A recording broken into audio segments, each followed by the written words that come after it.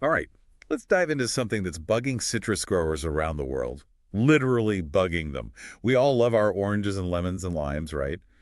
Well, there's this tiny insect called the citrus blackfly, and they can absolutely devastate entire citrus crops. It is incredible how such a small pest can have such a massive impact. We're talking billions of dollars in losses globally. It's crazy, right? Yeah.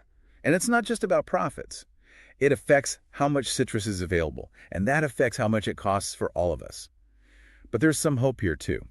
We're also going to talk about a company called Farmanaut. They're using satellites to help farmers fight back against this pest. Farmanaut is such a cool example of how we can use technology to make agriculture more sustainable and efficient. Okay, so let's talk about this citrus blackfly. What is it, and why is it such a nightmare for citrus growers? Well, these tiny flies feed on the sap of citrus trees. Just imagine hundreds or even thousands of them sucking the life out of the leaves. That weakens the tree and reduces its ability to photosynthesize. And in the end, you get fewer fruits and they're lower quality. So it's not just the bugs themselves, it's the effect they have on the entire tree and the fruit it produces. What does that actually look like on a citrus farm? You'll start seeing yellow leaves, stunted growth, and this sticky substance called honeydew that covers the leaves. That honeydew then leads to the growth of sooty mold, which blocks even more sunlight, and it makes the fruit, well, unmarketable. The whole orchard can end up looking pretty bad. That sounds awful. So if you're a farmer dealing with citrus blackfly, what can you even do? Well, there's no magic bullet. It's all about an integrated approach, what we call integrated pest management, or IPM. You can think of it like a toolbox with different compartments for different tools. So it's not just spraying everything down with insecticide. No, not at all. In fact, if you rely too much on chemicals, it can backfire. You can harm beneficial insects, pollute the environment. You can even lead to the pest developing a resistance to the chemicals. Okay, so what are some of the tools in this IPM toolbox? One compartment is all about cultural practices. This is choosing citrus varieties that are more resistant to the pest. Or maybe managing the sanitation of the orchard to make it less hospitable to the flies. So being proactive and making the environment less inviting for the flies. Right. Then there's biological control. That's introducing the natural enemies of the citrus blackfly, like ladybugs, lacewings, or parasitic wasps. They help keep the pest population in check. Bringing in nature's pest control squad. Exactly. And then, of course, there's chemical control, which is using insecticides. But even within that, there are many options to choose from, each with its own pros and cons. You got to choose your chemical weapons carefully. So what are some of the types of insecticides used for the citrus blackfly? There's several categories, each working in a different way. Some disrupt the insect's nervous system, others mess with their growth and development. Choosing the right one really depends on a lot of factors, like how bad the infestation is, what life stage the pest is in, and what the potential environmental impact will be. Sounds like a real balancing act. It is, and this is where things get interesting, because in addition to those IPM tools, we are seeing new technologies that are really changing how we do things. And that's where Farmanaut comes in, right? Yeah. Tell me more about how they are using satellites to fight this pest. It's amazing, really. Imagine being able to see your whole orchard from space, zoom in on individual trees, and detect tiny signs of stress that could indicate a pest problem. That's what Farmanaut can do. Wow.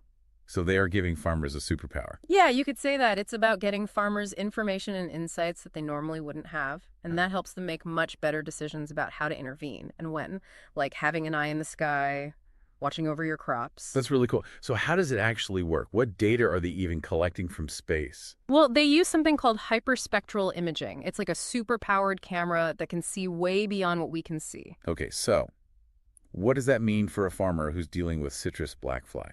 So plants, right, they reflect different wavelengths of light. And that depends on how healthy they are. So a healthy tree will have a different spectral signature than a stressed one. So it's like each tree has its own fingerprint that can tell you how it's feeling. Exactly. And you can't see these changes with your eyes. But Farmanaut satellites can pick them up. Wow, that's awesome. So they can spot an infestation before you can even see it on the ground. That's the power of the tech. Early detection is key. If you can catch the infestation early, then you can use more targeted treatments. That makes sense. What kind of interventions are we talking about here? How does Farmanaut help the farmer actually deal with the problem? Well, it's not about telling the farmer what to do. It's about giving them information so they can make the best choices. Giving them a map of the battlefield. Exactly. They get these maps that highlight areas where stress has been detected. So instead of just spraying down the whole orchard, they can just focus on the problem areas. Exactly. That means you use fewer chemicals, which is better for the environment, it's better for the farmer's budget, and in the end, it's better for us too. That's amazing, how this technology is connecting space and agriculture and the food we eat. It really shows how innovation can lead to more sustainable practices across the whole system. We were talking earlier about all the different tools in the IPM toolbox. Yeah. So where does Farmanaut fit into all of this? Is it replacing those traditional methods, or is it working alongside them? It's definitely not about replacing them, it's about enhancing them. So it's like adding a high-tech layer on top of what they are already doing. Yeah, exactly. Like if a farmer is using biological control, they can use Farmanaut's data to find the best places to release those beneficial insects. Making those methods even more effective. Right. And when it comes to chemical control, Farmanaut can help them use less by enabling those targeted applications. This is really cool. Does Farmanaut also tell you how effective the treatments are? Can you use it to track how well everything is working? Absolutely, because it's constantly monitoring the health of the crops. Farmers can see how the trees are responding to different treatments over time. So it's like a feedback loop where they can constantly adjust and refine their strategies. That's a great way to put it. Continuous improvement, using data to make better decisions, and in the end, more sustainable agriculture. So it sounds like Farmanaut is a pretty big deal for citrus growers. But I'm guessing there are other tech solutions out there. How does it stack up against the competition? Sure, there are other remote sensing technologies, like drones, for example. Yeah, drones are getting pretty popular in agriculture. They are, but they can't cover very large areas. So if you have a big citrus farm, satellites are much better. So for a large farm, satellites are a no-brainer. Yeah. Another key difference is how often they can collect data. You have to fly a drone manually, but satellites are constantly orbiting. They're collecting data all the time. So the farmer is getting a constant stream of information. Exactly. And that constant stream of data means you can detect problems much sooner. And that means you can intervene sooner. It sounds like Farmanaut has really found a place in the agricultural technology world. They have. Their technology is helping citrus growers all over the world fight this pest in a way that is more sustainable and more effective. It feels like there's so much more we could talk about here.